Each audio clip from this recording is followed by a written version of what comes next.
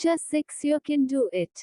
जैसे ही कर वहां पर रुकती है, विनोद जल्दी से गाड़ी से निकलता है और आयशा की साइड का दरवाजा खुलता है। उसके बाद आयशा गाड़ी से बाहर निकलती है और अपने सामने की बिल्डिंग को देखती हैं। आज पूरे 2 साल बाद वह इस जगह पर आई थी। जब से तृषा ने उसे किडनैप किया था तब से उसकी मौत उसने बाहर की दुनिया नहीं देखी थी। पिछले 2 सालों से वह इस नरक की जिंदगी की राही थी। लेकिन इस बार नहीं, वह ये सब सो ही रही थी, तभी उसकी नज़र किसी पर पड़ती है जिसे देखकर उसकी आंखें चमक जाती हैं। ऐसा उसे लड़की को देखकर ज्यादा रिएक्ट नहीं करती है और हमेशा की तरह ही अंदर चली जाती है। अंदर जाकर वह सब लोगों को बहुत प्यार से देखते हैं और सब लोगों से बहुत प्यार से ही गुड मॉर्निंग विश करती है, क्योंकि आज पूरे 2 साल बाद वह इन लोगों को देख रही थी। वही उसके जितने भी एम्प्लॉयज थे वह आज उसे कुछ अलग ही तरीके से देख रहे थे। वैसे तो किसी को भी इस बारे में पता नहीं था कि आयशा की शादी हो गई है, लेकिन पिछले 1 साल से वह बहुत ज्यादा डिस्टर्ब रहती थी और हमेशा ही उसके चेहरे पर परेशानी दिखाई देती थी। लेकिन आज उसके चेहरे पर एक अलग ही खुशी थी जो हमेशा ही उसके चेहरे पर रहती थी आज से 1 साल पहले तक। जब रिसेप्शनिस्ट ये देखी है तो उसे भी खुशी होती है कि उसकी मैडम आप पहले की तरह ही मुस्कुरा रही थी। वह प्यार से उसको गुड मॉर्निंग विश करती है और उसके बाद बाकी सारे एम्प्लॉयज भी उसे गुड मॉर्निंग विश करते हैं। ऐसा सबसे मुस्कुराकर बात करती है, उसके बाद तुरंत ही जाकर अपने कैबिनेट में चली जाती है। वहां जाकर अपनी हेड चेयर पर बैठ जाती है और आराम से अपना पेंडिंग काम देखने लगती है। क्योंकि पूरे 2 साल बाद वो ऑफिस में आई थी, इसलिए उसे पता ही नहीं था कि इस वक्त क्या चल रहा है, और जो पता था वह उसकी यादें बहुत ज्यादा धुंधली हो गई थी इस चीज को लेकर। तभी उसकी नज़र एक फाइल पर पड़ती है जिसे देखकर उसके चेहरे पर मुस्कान आ जाती है और वह अपने मन में कहती है, बस तुम देखते जाओ तृषा, इसी प्रोजेक्ट से मैं तुम्हारी बर्बादी की इसी प्रोजेक्ट से मैं तुम्हारी बर्बादी की कहानी लिखना शुरू करूंगी और तुम्हें पता भी नहीं चलेगा कि तुम्हारे साथ हो क्या रहा है। ये कहने के बाद वह अपने काम में लग जाती है और जब वो काम करती थी तब वो बहुत ज्यादा डेडिकेटेड रहती थी अपने काम को लेकर। काम करते करते उसे पता ही नहीं चलता है कि कब घर जाने का टाइम हो गया है। वो भी कम कर ही रही थी कि तभी अचानक से उसके केबिन का डोर नॉक होता है, जिसे सुनने के बाद ऐसा कमिंग रहती है अभी वह अपना काम कर रही थी। थोड़ी ही देर में उसके केबिन का दरवाजा खुलता है और एक लड़की अंदर आती है। वो लड़की उसे गुड इवनिंग विश करती है और कहती है, गुड इवनिंग मैडम, यह आपकी शाम की कॉफी। इतना कहने के बाद वह लड़की अपने साथ लाई हुई ट्रे से कॉफी का कप लेकर आयशा की टेबल पर रख देती है। आयशा उसे लड़की को बहुत ध्यान से देख रही थी।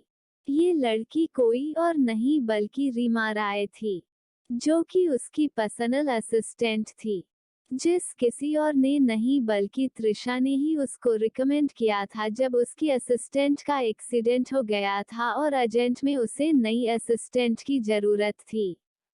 जब तृषा ने उसे रिकमेंड किया था तो ऐसा ने उसके आगे पीछे की कोई जानकारी नहीं निकलवाई थी और तृषा के कहने पर ही उसे जॉब पर रख लिया था, लेकिन उसे यह नहीं पता था कि यह सब तृषा का एक जाल था। यहाँ तक कि उसकी अपनी असिस्टेंट का भी एक्सीडेंट यूं ही नहीं हुआ था, बल्कि उसके पीछे भी तृषा का ही हाथ था ताकि वह अपने विश्वास पात्र को आयशा की ऑफिस में रख सके। ऐसा ध्यान से उसे लड़की को देख रही थी जो कि दिखने में बहुत ही ज्यादा मासूम और प्यारी दिखाई दे रही थी, लेकिन अब उसकी असलियत उसके सामने थी, इसलिए अब उसे वो बिल्कुल भी मासूम दिखाई नहीं दे रही थी, बल्कि उसकी आंखों में उसे एक चालाकी दिखाई दे रही थी जिसे शायद वह पहले देख नहीं पाई थी। उसके बाद वह एक नज़र अपनी टेबल पर रखी हुई उसे कॉफी को देखते हैं तो उसे और भी ज्यादा गुस्सा आने लगता है क्योंकि यह कॉफी कोई नॉर्मल कॉफी नहीं थी बल्कि इसके अंदर कुछ मिलाया जाता था। इसको पीने के 10 मिनट बाद भी उसे बहुत नींद आ जाया करती थी। उसे भी कभी समझ में नहीं आता था कि ऐसा क्यों होता था। लेकिन रीमा उसे हमेशा कहते थे कि शायद बहुत ज्यादा काम करने के चक्कर में आपको थकावट हो रही होगी, आप एक कम कीजिए, थोड़ी देर के लिए सो जाए। जिनका विश्वास करके वह थोड़ी देर के लिए अपने रेस्ट रूम में रेस्ट करने के लिए चली जाया करती थी। लेकिन उसे यह नहीं पता था कि इसी समय पर रीमा पूरे केबिन में जो कुछ भी जानकारी होती थी उसे कलेक्ट करके त्रिशा को व्हाट्सएप या फिर ईमेल कर दिया करती थी, जिसके चलते उसे आज तक पता नहीं चला था कि उसके सारे प्रोजेक्ट फेल क्यों जाते थे। रीमा हमेशा की तरह ही वहीं पर खड़ी हुई उसका इंतजार कर रही थी कि वो कॉफी पिए और उसके बाद वह अपना काम करना शुरू कर दे। जब रीमा ये देखी है कि आयशा काफी नहीं पी रही है तो उसे थोड़ी चिंता होने लगती है और वो चिंता जताते हुए कहती है, क्या हुआ मैडम, आप काफी क्यों नहीं पी रही है, कोई प्रॉब्लम है क्या? उसकी ऐसी बातें सुनने के बाद आयशा को गुस्सा तो बहुत आता है लेकिन वह अपने आप को कंट्रोल करते हुए मुस्कुराकर रीमा की तरफ देखती है और कहती है, नहीं ऐसी कोई बात नहीं है, बस आज मेरा कॉफी पीने का मन नहीं कर रहा है और अभी शाम भी हो गई है तो मुझे लगता है कि तुम्हें जाना चाहिए और मैं भी अब काफी थक गई हूँ इसलिए मैं घर जाना चाहती हूँ। उसकी ऐसी बातें सुनने के बाद रीमा को आज ऐसा लग रहा था जैसे कि आज ऐसा कुछ बदली बदली दिखाई दे रही है, लेकिन उसमें क्या बदला है यह उसे पता नहीं था। रीमा ये भी जानती थी कि वह आयशा को खुश भी करने के लिए फोर्स नहीं कर सकती है वरना उसे पर शक हो सकता है क्योंकि अभी उसे आए हुए ज्यादा समय नहीं हुआ था, सिर्फ 4-5 दिन ही हुए थे। इसलिए वह आयशा की बात मानते हुए वहां से चली जाती है। उसके जाने के बाद ऐसा उसे कॉपी को उठती है और उठाकर वॉशरूम में जाकर उसे टॉयलेट में फेंक देती है और उसे कप को उठाकर डस्टबिन में डाल देती है। उसके बाद वह अपना सामान पैक करती है और वहां से अपने घर जाने के लिए निकल जाती है। जब वो घर पहुंचती है तो उसे अर्जुन सोफे पर बैठा हुआ दिखाई देता है और उसके साथ उसे एक और इंसान दिखाई देता है, जिसे देखकर उसकी आंखों में आंसू आ जाते हैं। लेकिन वह अपने आप को कंट्रोल करती है और अपने आंसुओं को बहाने से रोक लेती है। तभी वहां पर कमला आंटी आ जाती है और वो मुस्कुराकर उसकी तरफ देखती है और कहती है, बेटा आप आ गई, आप जल्दी से जाकर फ्रेश हो जाए, उसके बाद में खाना लगा देता हूँ, खाना बस रेडी होने ही वाला है। जब कमला आंटी आयशा से बातें कर रही थी तो उसे तरफ अर्जुन का भी ध्यान जाता है और जब वो वहां पर देखा है तो उसकी आंखें आयशा पर भी ठहर जाती है, क्योंकि ऐसा इस वक्त उसकी तरफ भी देख रही थी, जिसके चलते उन दोनों की नजरें मिलती है और वो दोनों 2 पल के लिए एक दूसरे को देखते ही रहते हैं। अर्जुन के साथ में खड़ा हुआ वह लड़का जब ये देखा है तो वो मुस्कुराकर उसकी तरफ देखते हुए कहता है, तुझे नहीं लगता है कि तुझे भाभी को इस तरह से घर कर नहीं देखना चाहिए वरना वह अनकंफर्टेबल फील कर सकती है। वैसे भी अभी तक तूने उन्हें बताया तो है नहीं, तो तूने आखिरकार उनसे शादी की क्यों है? ऐसे में तेरा इस कदर घूरना उन्हें और ज्यादा डरा सकता है। उसे लड़के की बात सुनने के बाद अर्जुन घर कर उसकी तरफ देखा है और आयशा पर से अपनी नजर हटा लेता है।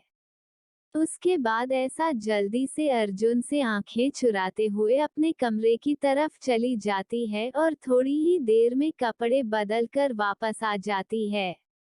सब लोग इस वक्त डाइनिंग टेबल पर बैठे हुए थे और आराम से अपना अपना खाना खा रहे थे, कोई भी एक दूसरे से बातें नहीं कर रहा था। आयशा बार बार चुप चुप कर अर्जुन की तरफ देख रही थी। आज पता नहीं क्यों लेकिन आयशा को अर्जुन पर बहुत प्यार आ रहा था, और प्यारे भी क्यों ना कि अर्जुन था ही इतना ज्यादा हैंडसम और चार्मिंग की प्यार तो आना ही था। वहां के साइलेंट को तोड़ते हुए वह लड़का अपने आप को खुद ही इंट्रोड्यूस करवाते हुए कहता है, हेलो भाभी, मेरा नाम चिराग है और मैं अर्जुन का बचपन का दोस्त भी हूँ और साथ ही साथ में इसके साथ काम भी करता हूँ। आप मुझे इसका पर्सनल असिस्टेंट कह सकती हो, आप मुझे इसका दोस्त कह सकती हो, आप मुझे इसका भाई कह सकती हो, आप जो चाहे वह कह सकती हो। आयशा, जो कि थोड़ी देर पहले अर्जुन को निहार रही थी, चिराग की बात सुनने के बाद सब पक जाती है और जल्दी से उसकी तरफ देखने लगती है, लेकिन उसकी ऐसी प्यारी बातें सुनने के बाद उसके चेहरे पर भी मुस्कान आ जाती है और वो मुस्कुराते हुए उसकी तरफ देखती है और कहती है, हेलो चिराग, कैसे हो आप? आपसे मिलकर अच्छा, वैसे मैं आपको क्या कहकर बुला सकती हूँ? आयशा की बात सुनने के बाद चिराग मुस्कुराकर उसकी तरफ देखा है और कहता है, भाभी आप जो चाहे वह मुझे बुला सकती है, मुझे कोई प्रॉब्लम नहीं है। हाँ, लेकिन अगर किसी और को प्रॉब्लम हुई तो उसकी मैं गारंटी नहीं ले सकता हूँ। ऐसा मुस्कुराकर उसकी तरफ देखती है और अपने मन में कहती है, जो कुछ भी आपने मेरी पिछली जिंदगी में मेरे लिए किया था वह तो कोई सगा भाई ही कर सकता है। अपनी बहन के लिए आप तो मेरे लिए मेरे भाई से भी ज्यादा बढ़कर है। हालांकि मेरा कोई सगा भाई नहीं है, लेकिन आज से मैं आपको ही अपना बड़ा भाई मानती हूँ। चिराग, क्या मैं आपको अपना बड़ा भाई कह सकती हूँ? वह क्या है ना, मेरा कोई भाई नहीं है। मैं भी हमेशा से यही चाहती थी कि मेरा भी कोई भाई हो, लेकिन शायद किस्मत को कुछ और ही मंजूर था। उसकी बात सुनने के बाद चिराग मुस्कुराकर उसकी तरफ देखता है और कहता है, ये तो बहुत अच्छी बात है भाभी, आप मुझे अपना भाई बन सकती हैं। आज से मैं आपका भाई और आप मेरी बहन। ये कहने के बाद वह एक नजर अर्जुन की तरफ देखा है। उसे इस तरह से देखता हुआ प्रकार चिराग चिढ़ाने वाली मुस्कान लिए उसकी तरफ देखा है और कहता है, क्या तुम मुझे इस तरह से क्यों देख रहा है? भूल मत, आज से मैं 13 साला हूँ और जीजा को हमेशा ही साल की बात माननी पड़ती है, वरना उसकी बीवी उसे घर से बाहर निकाल देती है, पता है ना तुझे? उसकी ऐसी बचकानी बातें सुनकर आयशा की तो हंसी छूट जाती है और टेबल पर ही बैठकर जोर जोर से हंसने लगती है। अर्जुन घर कर चिराग की तरफ देखा है और फिर आयशा की तरफ देखा है, तो आयशा जब ये देखी है तो वह चुपचाप से अपना खाना वापस से खाने लगती है। वैसे तो अर्जुन बहुत गुस्से से उसे देख रहा था, कोई भी अगर उसे इस तरह से देख लेता तो शायद अंदर तक डर जाता, लेकिन आयशा को उससे बिल्कुल भी डर नहीं लग रहा था। उल्टा ऐसा लग रहा था जैसे कि वह अभी उठे और उसे जाकर किस कर ले, लेकिन वह बेचारी ऐसा कर नहीं सकती थी। लेकिन एक न एक दिन जरूर आएगा जब वह बिना किसी डर के अर्जुन को किस कर देगी, वह भी बिना इसकी परमिशन के। ये सब सोच सोच कर ऐसा बहुत खुश हो रही थी और अपने आप को ही अपने मन में अपने आप को शाबाशी दे रही थी कि एक न एक दिन वह ये काम जरूर करेगी।